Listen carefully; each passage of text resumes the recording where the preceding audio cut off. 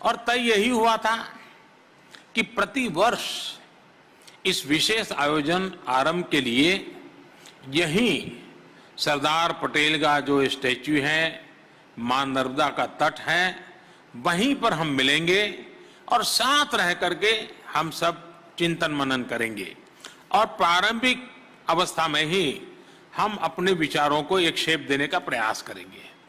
लेकिन कोरोना की वजह से इस बार ये संभव नहीं हो पाया है।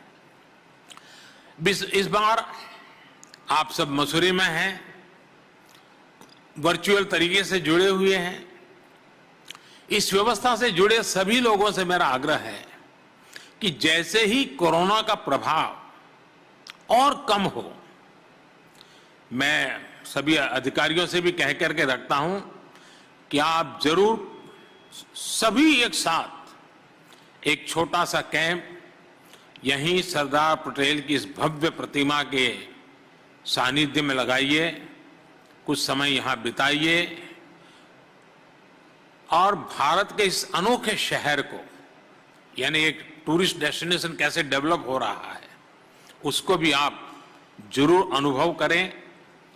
साथियों, एक साल पहले जो स्थितियां थी, आज जो स्थितियां हैं, उसमें बहुत बड़ा फर्क है।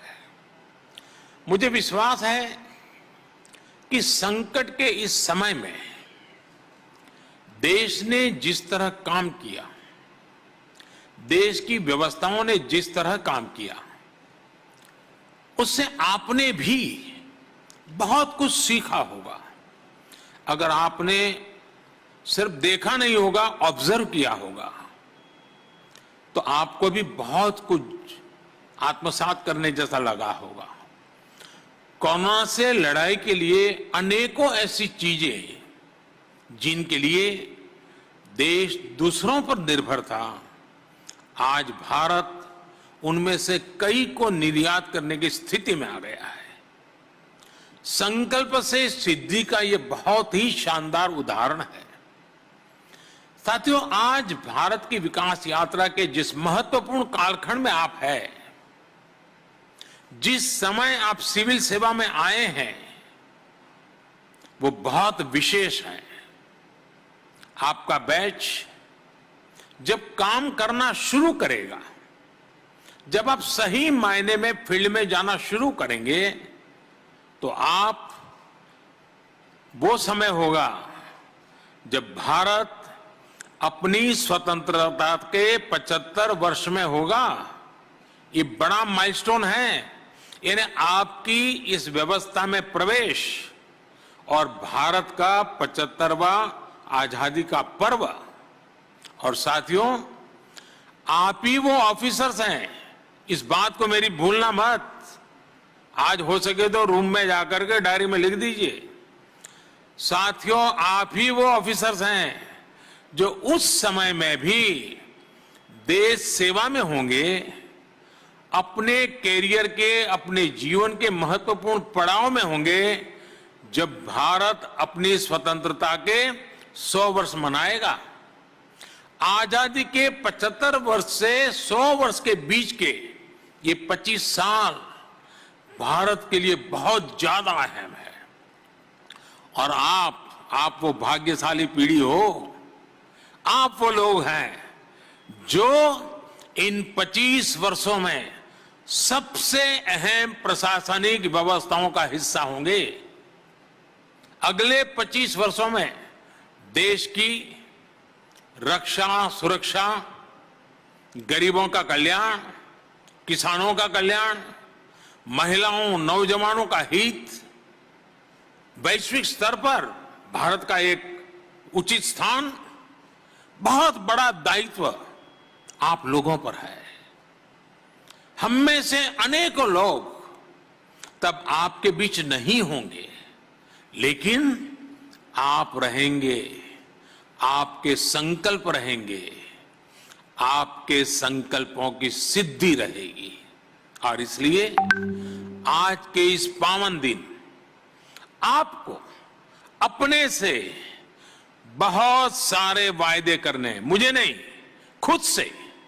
वो वायदे जिनके साक्षी सिर्फ और सिर्फ आप होंगे, आपकी आत्मा होगी।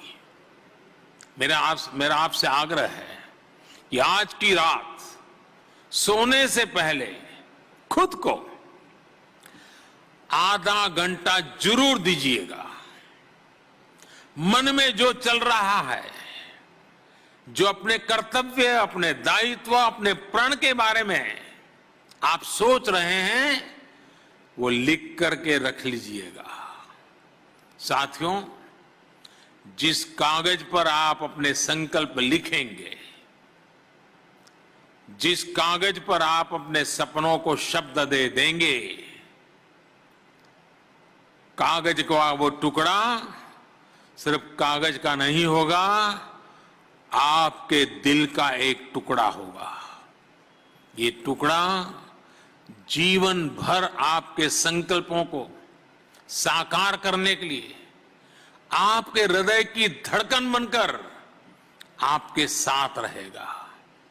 जैसे आपका हृदय शरीर में निरंतर प्रवाह लाता है, वैसे ही ये कागज पे लिखे गए हर शब्द आपके जीवन संकल्पों को, उसका प्रवाह को निरंतर गति दे रहेंगे।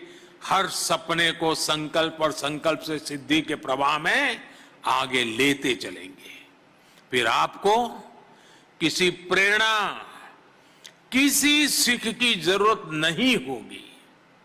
यह आप ही का लिखा हुआ कागज, आपके हृदय भाव से प्रकट हुए शब्द, आपके मन मंदिर से निकली हुई एक एक बात आपको आज के दिन की याद दिलाता रहेगा, आपके संकल्पों को याद दिलाता रहेगा। साथियों, एक प्रकार से सरदार वल्लभ भाई पटेल ही देश की सिविल सेवा के जनक थे। 21 अप्रैल 1947 एडमिनिस्ट्रेटिव सर्विस ऑफिसर के पहले बैच को संबोधित करते हुए सरदार पटेल ने सिविल सर्वेंट्स को देश का स्टील फ्रेम कहा था। उन अफसरों को सरदार साहब की सलाह थी कि देश के नागरिकों की सेवा अब आपका सर्वोच्च कर्तव्य है। मेरा भी यही आग्रह है कि सिविल सर्वेंट जो भी निर्णय ले, वो राष्ट्रीय संदर्भ में हो, देश की एकता, अखंडता को मजबूत करने वाले हो, संविधान के स्पिरिट को बनाए रखने वाले हो।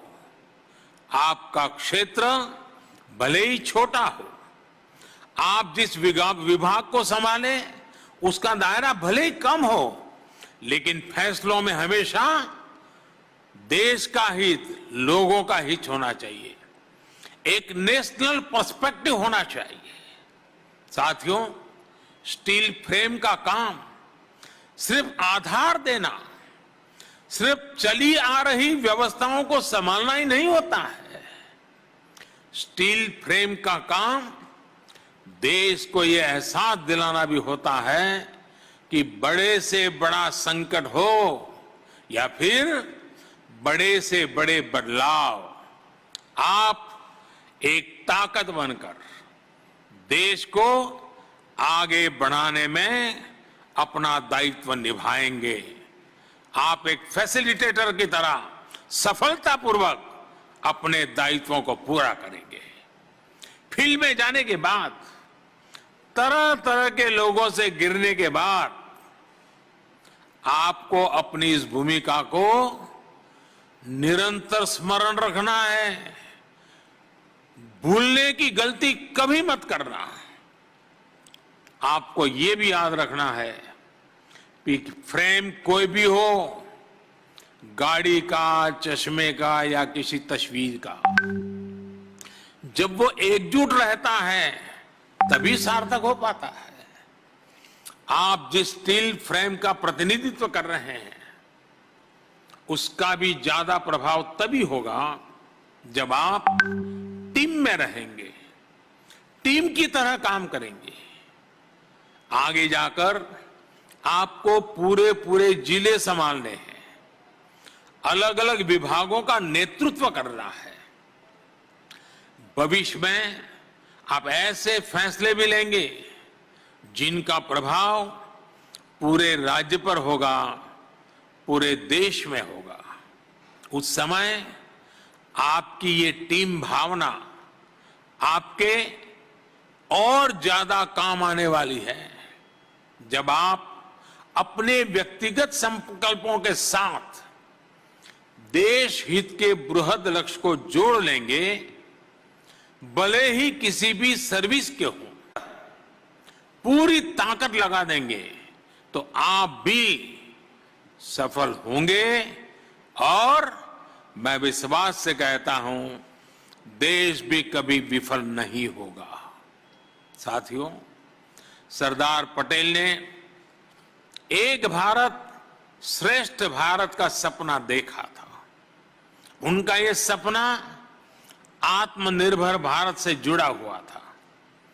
कोरोना वैश्विक महामारी के दौरान भी जो हमें सबसे बड़ा सबक मिला है वो आत्मनिर्भरता का ही है। आज एक भारत श्रेष्ठ भारत की भावना, आत्मनिर्भर भारत की भावना एक नवीन भारत का निर्माण होते हुए देख रही है। नवीन होने के कई अर्थ हो सकते हैं, कई भाव हो सकते हैं, लेकिन मेरे लिए नवीन का अर्थ यही नहीं है कि आप केवल पुराने को हटा दें और कुछ नया ले आए। मेरे लिए नवीन का अर्थ है कायाकल्प करना, क्रिएटिव होना, फ्रेश होना, एनर्जेटिक होना। मेरे लिए नवीन होने का अर्थ है जो पुराना है उसे और अधिक प्रासंगिक बनाना, जो कालबाह्य है उसे छोड़ते चले जाना। छोड़ने के लिए भी साहस लगता है और इसलिए आज नवीन, श्रेष्ठ और आत्मनिर्भर भारत बनाने के लिए क्या जरूरतें हैं वो आपके माध्यम से कैसे पूरी होगी, इस पर आपको निरंतर मंथन करना होगा। साथियों, ये बात सही है कि आत्मनिर्भर भारत के लक्ष्य को पूरा करने के लिए हमें साइंस एंड टेक्नोलॉजी की जरूरत है, रिसोर्सेज और फाइनेंसेस की जरूरत है। लेकिन महत्वपूर्ण ये भी है कि इस विजन को पूरा करने के लिए एक सिविल सर्वेंट के तौर पर आपका रोल क्या होगा। जन आकांक्षाओं की पूर्ति में, अपने काम की क्वालिटी में, स्पीड में आपको देश के इस लक्ष्य का 24 घंटे ध्यान रखना होगा। साथियों, देश में नए परिवर्तन के लिए, नए लक्ष्यों की प्राप्ति के लिए नए मार्ग और नए तौर तरीके अपनाने के लिए बहुत बड़ी भूमिका ट्रेनिंग की होती है, स्किल सेट के डेवलपमेंट की होती है। पहले के समय इस पर बहुत जोर नहीं रहता था। ट्रेनिंग में आधुनिक अप्रोच कैसे आए, इस बारे में बहुत सोचा नहीं गया। लेकिन अब देश में ह्यूमन रिसोर्स की सही और आधुनिक ट्रेनिंग पर भी बहुत जोर दिया जा रहा है। आपने खुद भी देखा है कि कैसे बीते 2-3 वर्षों में ही सिविल सर्वेंट्स की ट्रेनिंग का स्वरूप बहुत बदल गया है। ये आरंभ सिर्फ आरंभ नहीं है, एक प्रतीक भी है और एक नई परंपरा भी है। ऐसे ही सरकार ने कुछ दिन पहले एक और अभियान शुरू किया है, मिशन कर्मयोगी। मिशन कर्मयोगी कैपेसिटी बिल्डिंग की दिशा में अपनी तरह का एक नया प्रयोग है। इस मिशन के जरिए सरकारी कर्मचारियों को उनकी सोच, अप्रोच को आधुनिक बनाना है, उनका स्किल सेट सुधारना है, उन्हें कर्मयोगी बनने का अवसर देना है। साथियों, गीता में भगवान कृष्ण ने कहा है, यज्ञ अर्थात कर्मणः अन्यत्र लोकः अयम कर्म बंधनः। अर्थात यज्ञ यानी सेवा के अलावा स्वार्थ के लिए किए गए काम कर्तव्य नहीं होते, वो उल्टा हमें ही बांधने वाला काम होता है। कर्म वही है जो एक बड़े विजन के साथ किया जाए, एक बड़े लक्ष्य के लिए किया जाए। इसी कर्म का कर्मयोगी हम सबको बनना है। मुझे भी बनना है, आपको भी बनना है, हम सबको बनना है। साथियों, आप सभी जिस बड़े और लंबे सफर पर निकल रहे हैं, उसमें रूल्स का बहुत योगदान है, लेकिन इसके साथ ही आपको रोल पर भी बहुत ज्यादा फोकस करना है। रूल एंड रोल, लगातार संघर्ष चलेगा, लगातार तनाव आएगा। रूल्स का अपना महत्व है, रोल की अपनी महत्वपूर्ण जिम्मेवारी है। इन दोनों का बैलेंस, यही तो आपके लिए टाइट रोप पर चलने वाला खेल है। बीते कुछ समय से सरकार ने भी रोल बेस्ड अप्रोच पर काफी जोर दिया है। इसके नतीजे भी दिखाई दे रहे हैं। पहला, सिविल सर्विसेज में कैपेसिटी और कॉम्पिटेंसी, उसके क्रिएशन के लिए नया आर्किटेक्चर खड़ा हुआ है। दूसरा, सीखने के तौर तरीके डेमोक्रेटाइज हुए हैं। और तीसरा, हर ऑफिसर के लिए उसकी क्षमता और अपेक्षा के हिसाब से उसका दायित्व भी तय हो रहा है। इस अप्रोच के साथ काम करने के पीछे सोच ये है कि जब आप हर रोल में अपनी भूमिका अच्छे से निभाएंगे तो आप अपनी ओवरऑल लाइफ में भी सकारात्मक रहेंगे। यही सकारात्मकता आपकी सफलता के रास्ते खोलेगी, आपको एक कर्मयोगी के रूप में जीवन के संतोष का बहुत बड़ा कारण बनेगी। साथियों, कहा जाता है कि लाइफ एक डायनेमिक सिचुएशन है। गवर्नेंस तो भी तो एक डायनेमिक फिनोमेनन है। इसलिए हम रिस्पॉन्सिव गवर्नमेंट की बात करते हैं। एक सिविल सर्वेंट के लिए सबसे पहले जरूरी है कि आप देश के सामान्य मानवी से निरंतर जुड़े रहें। जब आप लोग से जुड़ेंगे तो लोकतंत्र में काम करना और आसान हो जाएगा। आप लोग फाउंडेशन ट्रेनिंग और प्रोफेशनल ट्रेनिंग पूरी होने के बाद फील्ड ट्रेनिंग के लिए जाएंगे। मेरी फिर आपको सलाह होगी, आप फील्ड में लोगों से जुड़िए, कट ऑफ मत रहिए, दिमाग में कभी बाबू मत आने दीजिए। आप जिस धरती से निकले हो, जिस परिवार समाज से निकले हो, उसको कभी भूलिए मत। समाज से जुड़ते चलिए, जुड़ते चलिए, जुड़ते चलिए। एक प्रकार से समाज जीवन में विलीन हो जाइए। समाज आपकी शक्ति का सहारा बन जाएगा। आपके दो हाथ सहस्त्र बाहु बन जाएंगे। ये सहस्त्र बाहु जनशक्ति होती है। उन्हें समझने की, उनसे सीखने की कोशिश अवश्य करिएगा। मैं अक्सर कहता हूं, सरकार शीर्ष से नहीं चलती है। नीतियां जिस जनता के लिए हैं, उनका समावेश बहुत जरूरी है। जनता केवल सरकार की नीतियों की, प्रोग्राम्स की रिसीवर नहीं है।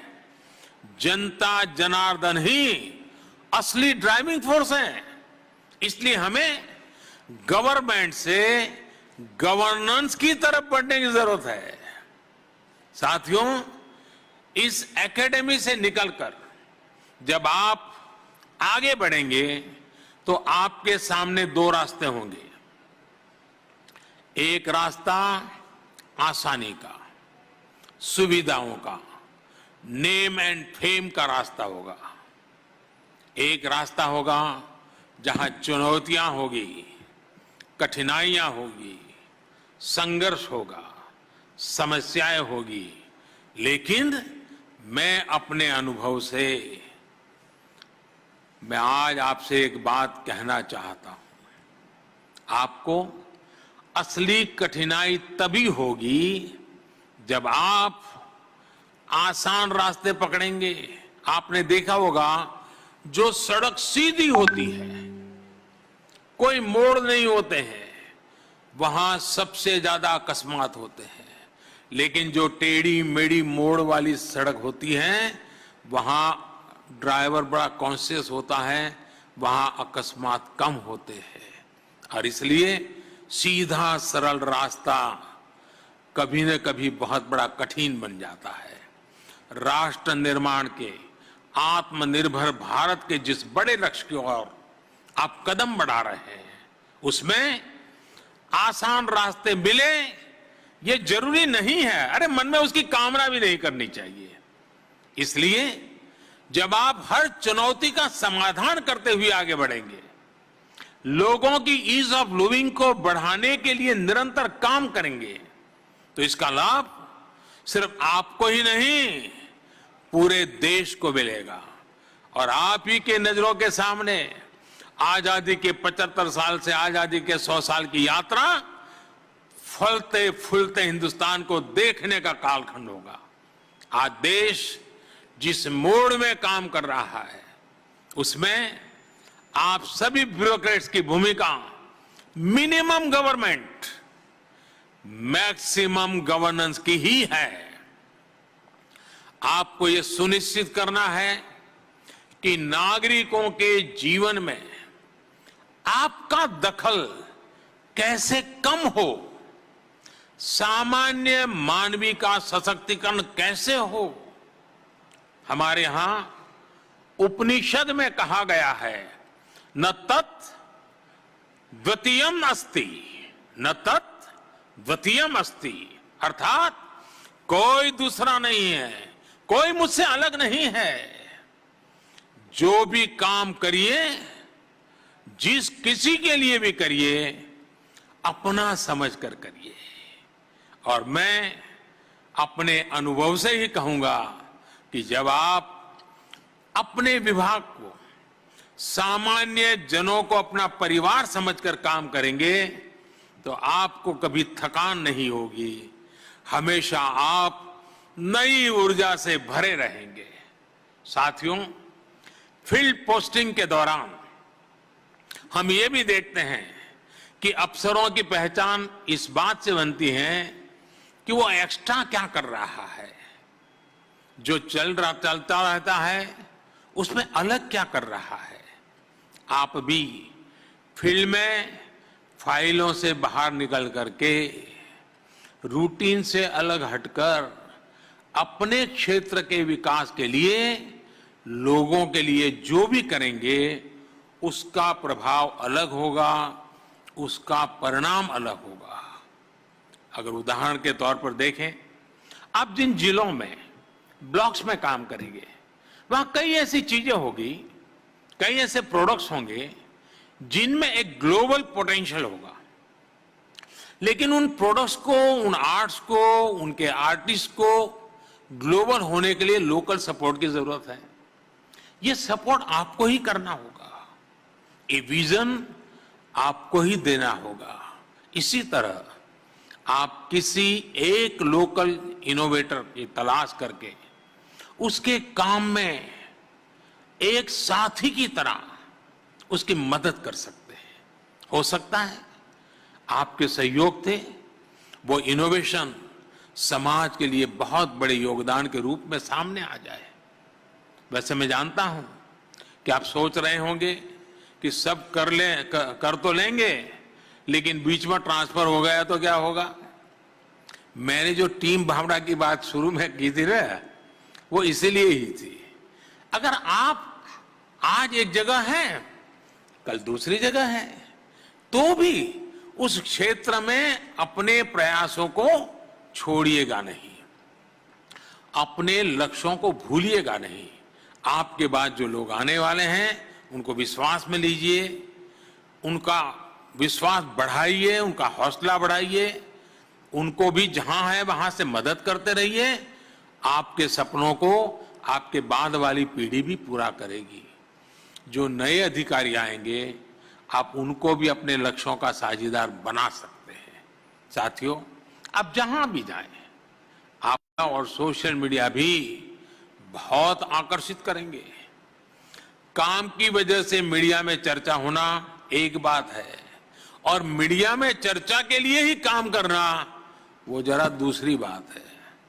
आपको दोनों का फर्क समझ करके आगे बढ़ना है। आपको याद रखना होगा कि सिविल सर्वेंट्स की एक पहचान अनाम रह करके काम करने की रही है। आप पिछले आजादी के बाद के अपने कालखंड के देखिए, जो ओजस्वी तेजस्वी चेहरे कभी कभी हम सुनते हैं, अपने पूरे कार्यकाल में अनामी रहे हैं, कोई नाम नहीं जानता था। रिटायर होने के बाद किसी ने कुछ लिखा तब पता चला, अच्छा ये बाबू इतना बड़ा देश को दे करके गए हैं। आपके लिए भी वही आदर्श है। आपसे पहले के 4-5 दशकों में जो आपके सीनियर्स रहे, उन्होंने इसका बहुत अनुशासन के साथ पालन किया है। आपको भी ये बात ध्यान रखनी है। साथियों, मैं जब मेरे नौजवान राजनीतिक साथी जो हमारे विधायक है, हमारे सांसद है, उनसे मिलता हूं तो मैं बातों बातों में जरूर कहता हूं, और मैं कहता हूं कि दिखास और छपास, ये दो रोग से दूर रहिएगा। मैं आपको भी यही कहूंगा कि दिखास और छपास, टीवी पे दिखना और अखबार में छपना, दिखास और छपास, ये दिखास और छपास का रोग जिसे लगा, फिर आप वो लक्ष्य नहीं प्राप्त कर पाएंगे जो लेकर आप सिविल सेवा में आए हैं। साथियों, मुझे भरोसा है आप सब अपनी सेवा से, अपने समर्पण से देश की विकास यात्रा में अच्छा सुन लीजिए,